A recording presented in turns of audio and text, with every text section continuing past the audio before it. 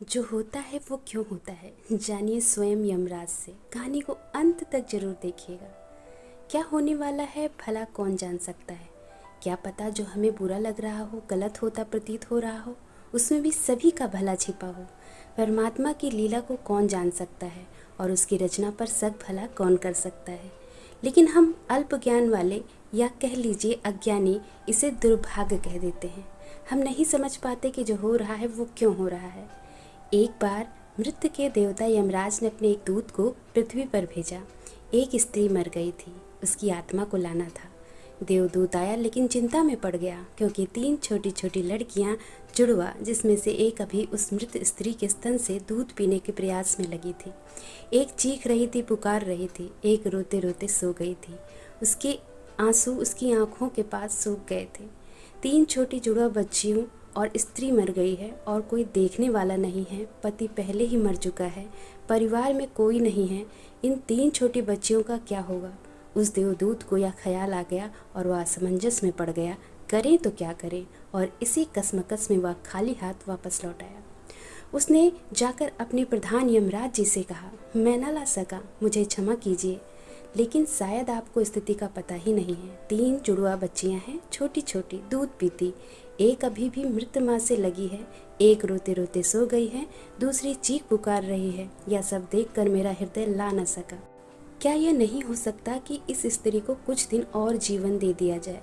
कम से कम लड़कियां थोड़ी बड़ी हो जाएं, क्योंकि उन्हें देखने वाला भी कोई नहीं है। मृत्यु के देवता ने कहा, तो तू फिर समझदार हो गया है, उससे भी ज़्यादा जिसकी इच्छा से मृत्यु होती है, जिसकी इच्छा से जीवन होता है। तो तूने पहला पाप कर दिया और इसकी सज़ा तुझे मिलेगी। सज़ा यह है कि तुझे पृथ्वी पर चले जाना पड़ेगा, और जब तक तू 3 बार ना हंस लेगा अपनी मूर्खता पर, तब तक वापस ना आ सकेगा। इसे थोड़ा समझना, 3 बार ना हंस लेना अपनी मूर्खता पर, क्योंकि दूसरे की मूर्खता पर, अहंकार पर तो हर कोई हंसता है। जब हम अपनी मूर्खता पर हंसते हैं तब अहंकार टूटता है। देवदूत को अपना किया गलत नहीं लगा, वह राजी हो गया दंड भोगने को। लेकिन फिर भी उसे लगा कि सही तो मैं हूँ और हंसने का मौका कैसे आएगा। उसे जमीन पर फेंक दिया गया। सर्दियों के दिन करीब आ रहे थे। एक मोची बच्चों के लिए कोट और कम्बल खरीदने शहर गया था। जब वह शहर जा रहा था तो उसने राह के किनारे एक नंगे आदमी को पड़े हुए ठिठुरते हुए देखा। यह नंगा आदमी वही देवदूत है जो पृथ्वी पर फेंक दिया गया था। उसको दया आ गई और बजाय अपने बच्चे के लिए कपड़े खरीदने के, उसने इस आदमी के लिए कम्बल और कपड़े खरीद लिए। इस आदमी को कुछ खाने पीने को भी न था, घर भी न था, छप्पर भी न था जहाँ रुक सके। मोची ने यह सब देख कर कहा, अब तुम मेरे साथ ही आ जाओ, लेकिन हाँ, अगर मेरी पत्नी नाराज हो, जो कि वह निश्चित होगी, क्योंकि बच्चे के लिए कपड़े मैंने नहीं खरीदा है, वह पैसा तो खर्च हो गया।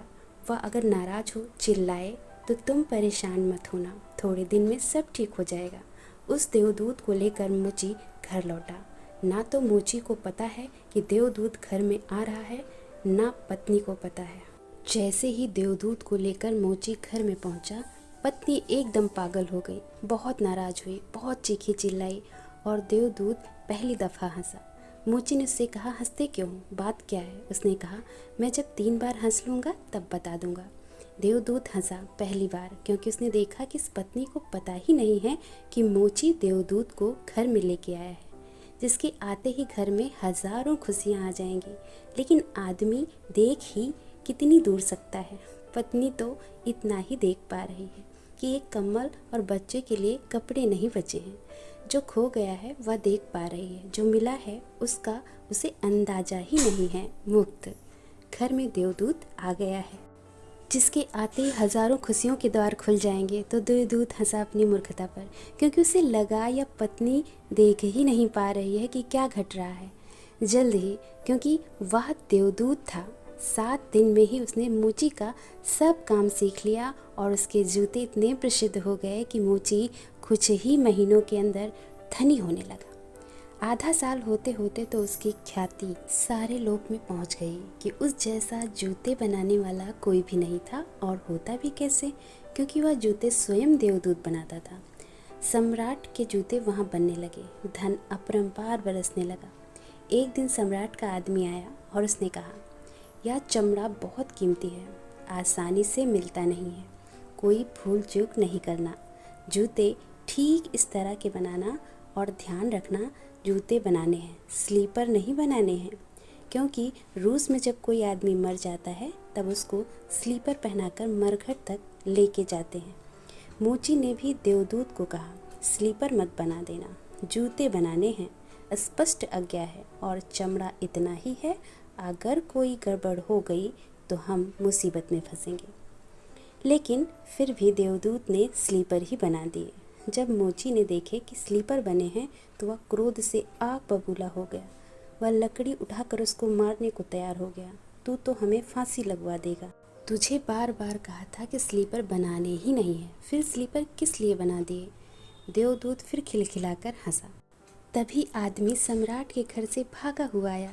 उसने कहा, जूते मत बनाना, स्लीपर बनाना, क्योंकि सम्राट की मृत्यु हो गई है। भविष्य अज्ञात है, सिवाय उसके और किसी को ज्ञात नहीं है, और आदमी तो अतीत के आधार पर निर्णय लेता है। सम्राट जिंदा था तो जूते चाहिए थे, मर गया तो स्लीपर चाहिए।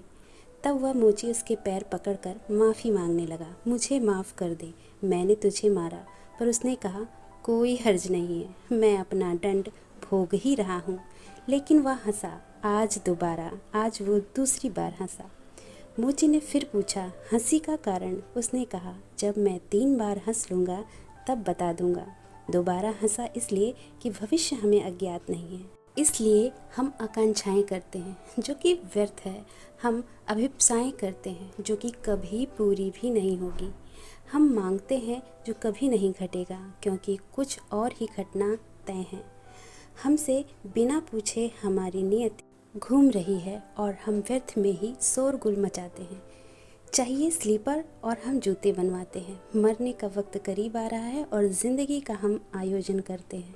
तो देवदूत को लगा कि वे बच्चियाँ, मुझे क्या पता था कि भविष्य उनका क्या होने वाला है। मैं नाहक ही बीच में आया। और तीसरी घटना घटी कि एक दिन तीनों लड़कियाँ आईं, जवान। उन तीनों की शादी हो रही थी और उन तीनों ने जूते के आर्डर दिए हुए थे, उनके लिए जूते बनाए जाएं। एक बूढ़ी महिला उनके साथ आई थी जो बड़ी धनी थी। देवदूत पहचान गया, ये वे ही 3 लड़कियां हैं जिनको वह मृत्यु माँ के पास छोड़ कर गया था और जिनकी वजह से वह दंड भोग रहा है। वे सब स्वस्थ हैं, सुंदर हैं। उसने पूछा, क्या हुआ? यह बूढ़ी औरत कौन है? वह बूढ़ी औरत पास आई और कहा, ये मेरी पड़ोसिन की लड़कियां हैं। गरीब औरत थी, उसके शरीर में दूध भी न था, उसके पास पैसे लत्ते भी नहीं थे और 3 बच्चे जुड़वा। वह इन्हीं को दूध पिलाते पिलाते मर गई।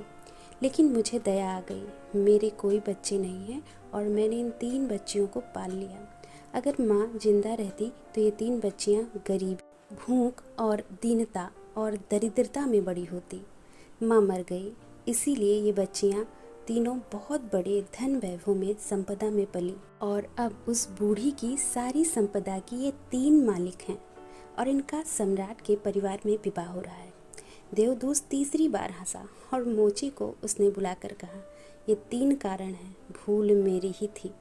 नियत बड़ी है और हम उतना ही देख पाते हैं जितना देख पाते हैं। जो नहीं देख पाते बहुत विस्तार है उसका, और हम जो देख पाते हैं उससे हम कोई अंदाज़ा नहीं लगा सकते जो होने वाला है, जो होगा। मैं अपनी मूर्खता पर 3 बार हंस लिया हूँ। अब मेरा दंड पूरा हो गया है और अब मैं जाता हूँ। सच है कि ईश्वर क्या करने वाला है ये किसी को नहीं पता। जो घट रहा है हमें लगता है बुरा है, लेकिन वास्तव में उसके पीछे ईश्वर की क्या इच्छा है, हमारा क्या भला है, हम या नहीं जान पाते। यह हमारी सबसे बड़ी मूर्खता है। अगर आपको यह कहानी पसंद आई हो तो वीडियो को एक लाइक, और चैनल पर नए हो तो आपसे अनुरोध है कि चैनल को सब्सक्राइब जरूर करिएगा। फिर मिलेंगे अगली वीडियो में। धन्यवाद।